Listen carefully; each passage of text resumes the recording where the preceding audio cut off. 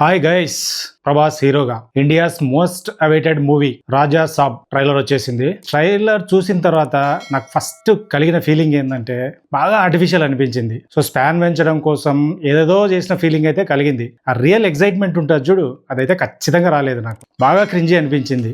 Details లోకి వెళ్లే ముందు hi hello welcome back to our channel బాకా బ్రదర్స్ ఒపీనియన్స్. కొత్తగా వచ్చిన వాళ్ళు సబ్స్క్రైబ్ చేసుకోండి. ఆల్రెడీ ఛానల్ ఫాలో అవుతున్న వాళ్ళు లైక్ చేయండి, షేర్ చేయండి, పక్కన ఉన్న బెల్ ఐకాన్ కూడా క్లిక్ చేయండి. సో ఈ ట్రైలరు, ఇంతకు ముందు వదిలిన ట్రీజరు, ఇవన్నీ చూసిన తర్వాత నేను ఒక స్టోరీ అయితే ఫామ్ చేసుకున్నా. అది కరెక్టో కాదో నాకు కూడా తెలియదు, ఇదేదో ఒక పిచ్చి స్టోరీ అనుకోండి. బట్ నాకు అర్థమైంది ఏంటంటే ఇదంతా ఈ ఏదైతే ఒక మన మహల్ అలాంటిది దాని చుట్టూ తిరిగేటట్లు ఉంది. సో మనం బిఫోర్ ఆ టీజర్లు అనుకుంటా ఒక వాయిస్ ఓవర్ ఉంటుంది. అదేంటంటే ఈ ఇల్లు నా దేహం, ఈ సంపద నా ప్రాణం, నా తదనంతరం కూడా నేనే దీన్ని అనుభవించాలి అనే ఒక స్టేట్మెంట్ అయితే ఒక క్యారెక్టర్ ఇస్తుంది. మేబీ అది మన సంజయ్ దత్ అనుకుంటా క్యారెక్టర్ది. సో ఇతనికి ఆ ఇల్లు అన్నా కూడా చనిపోయిన తర్వాత కూడా అదే అతను ఏదో రాజో మరి ఏంటో ఫ్రేమ్ కావచ్చు, అదంతా చూస్తే ఏదో పెద్ద రాజా వంశం లాగానే ఉన్నట్టుంది. సో ఈ ఇంటికి మీద అతనికి విపరీతమైన మమకారం ఉన్నట్టుంది. సో ఇలాంటి ఇంటిలోకి మన ప్రభాస్, సో అతను ఈరోజు ట్రైలర్ లో చెప్పిన విధంగా ఏదో సెన్సేషన్ కోసం ఏదో ట్రై చేస్తున్నట్టున్నాడు. ఇలాంటి టైంలో ఏదో ఈ మహల్ గురించి విని ఈ మహల్లోకి తన టీమ్ తో ఎంటర్ కావడమా,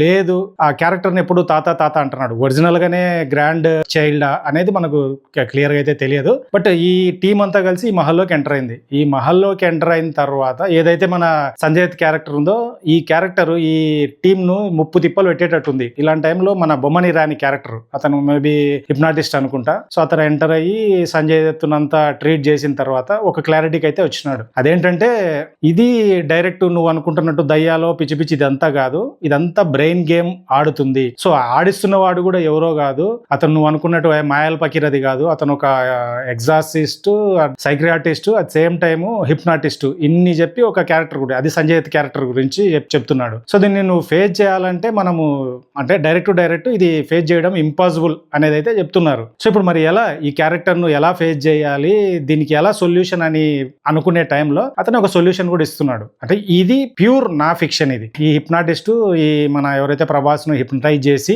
ఆ ఏదైతే సంజయ్ దత్ ఒక వరల్డ్ ఉంటది కదా, ఆ వరల్డ్ లోకి పంపించేటట్టున్నాడు. లైక్ ఇన్సెప్షన్ లాగా పంపించి అక్కడ ఆ సంజయ్ దత్ కు ఏం కావాలి, సో ఇంటి మీద మమకారమా లేకపోతే ఆ ఏదో దాని మీద ఫైట్ చేయడమా సంథింగ్ ఏదో చేసి దానికి ఒక సొల్యూషన్ పట్టుకొచ్చి బయటకు వచ్చేటట్టున్నాడు. ఇది నాకు అర్థమైన కాన్సెప్ట్. ఇది పిచ్చి కాన్సెప్ట్ అని నాకు కూడా తెలుసు. ఇదే నిజమైంది అనుకో, మరి సూపర్. సో ఇదంతా చూసిన తర్వాత దీంట్లో పాజిటివ్ పాయింట్లు ఏమైనా ఉన్నాయంటే అది ఖచ్చితంగా ప్రభాస్ చూస్తుంటే వింటేజ్ ప్రభాస్ చూసిన ఫీలింగ్ అయితే కలుగుతా ఉంది. బాగా యాక్టివ్ గా రీసెంట్ మూవీస్ లో ఇంత యాక్టివ్ గా అనిపించింది ఈ మూవీ అనుకుంటా. సంజయ్ దత్ ఆబ్వియస్లీ, బొమ్మని రాని క్యారెక్టర్ కూడా బాగానే ప్లస్ అయ్యేలానే అనిపిస్తుంది. ఇంకా నెగిటివ్ పాయింట్స్కి వచ్చేస్తే విఎఫ్ఎక్స్ ఏమున్నాయి కదా, అవైతే కొన్ని బాగున్నాయి, కొన్ని అయితే బాగలేవు.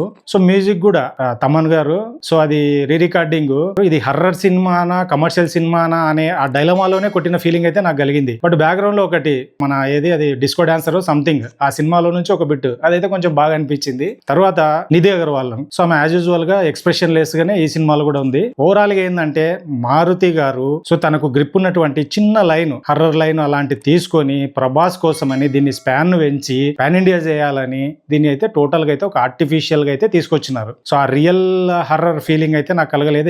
ఎక్కడా ఎగ్జైట్మెంట్ కలగలేదు, ఎక్కడా కిక్ అయితే రాలేదు. చూద్దాం, జనవరి 9th డేట్ ఇచ్చినారు కదా, సినిమా రిలీజ్ అయిన తర్వాత మేబీ ఏమన్నా ఇంతకంటే ఎగ్జైట్మెంట్ ఇట్లాంటి ఎపిసోడ్స్ ఏమన్నా మనం సర్ప్రైజ్ అయ్యే ఎలిమెంట్లు ఏమన్నా ఉన్నాయేమో చూద్దాం.